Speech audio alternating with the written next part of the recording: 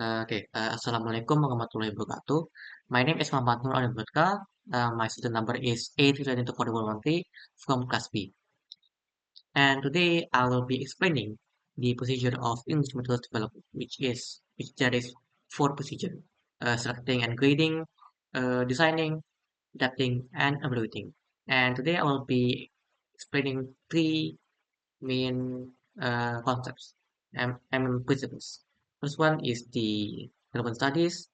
Second is the research method, and lastly the source of the article because I am using the article because the point is about the articles that I have read about those issues. Okay, so let's get started. So the first one is select and grading the relevant theories and research method. So Harvard proposed that material evaluation should first check compatibility with learners' needs and then pilot the materials on a small group before final use. Collinsworth emphasized that every teaching context is unique due to classroom dynamics, syllabus constraints, and learner motivation, so no single material fits all. Graves defined appropriateness as including student comfort, familiarity, language level, interest, and relevance. Sheldon argued that material selection involves significant professional and financial investment, requiring systematic evaluation. Brown described evaluation as the systematic collection of information to improve curriculum effectiveness. The study used a mixed method design with 15 English teachers at National University's preparatory year program. Data were collected using an 11-item questionnaire and two semi-structured interview questions, then analyzed with Excel and SPSS for descriptive statistics. Okay, and is the results of the article.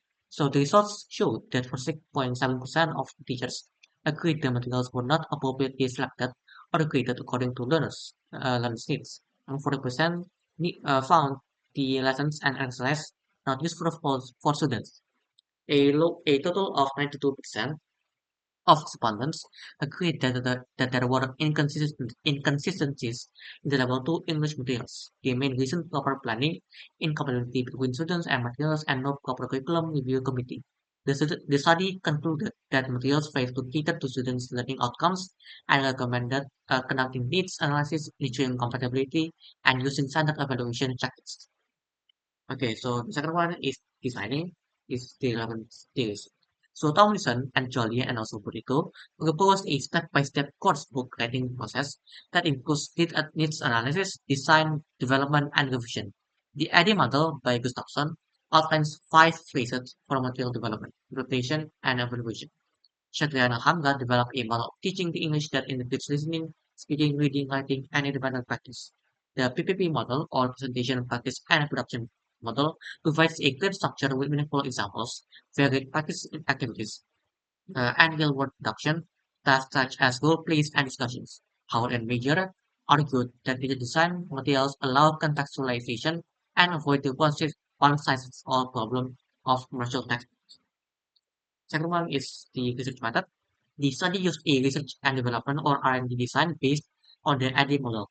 The participants were 310 grade students and 3 English teachers at SMA Negeri 1 Sungguh Minasa, Indonesia. Data were collected through a student needs analysis questionnaire measuring self-perception, prior knowledge, and expectations, as well as a detailed questionnaire on material quality, content design strategy, and effectiveness. Quantitative data were analyzed using SPSS for validity and reliability, or by Grunbach's alpha, while qualitative data came from observations, documents, and interviews. Experts validated the instruments and the coursebook prototype before implementation. Next is the results. The findings revealed that existing commercial books did not align with the 2030 curriculum, contained vocabulary too difficult for students, lacked local content, and failed to meet student needs. The newly designed coursebook called Listen and Practice was based on needs analysis, data-driven curriculum, core competencies, and local content materials. The book featured an attractive appearance, easy to follow guidance, clear content frameworks, sufficient pictures and examples, and answer keys for independent study. Students gained moderate self-confidence in learning English and could comprehend materials better. The study concluded that effective material design must begin with needs analysis, incorporate local context, follow a systematic development model, and include pilot testing and revision before the final production.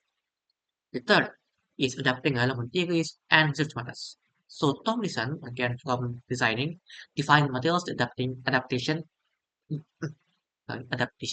as processes including reducing, adding, deleting, changing, and supplementing materials to suit learners' needs. McDonald et al. Described adaptation as harmonizing learners' characteristics, the physical environment, and resources with what materials offer.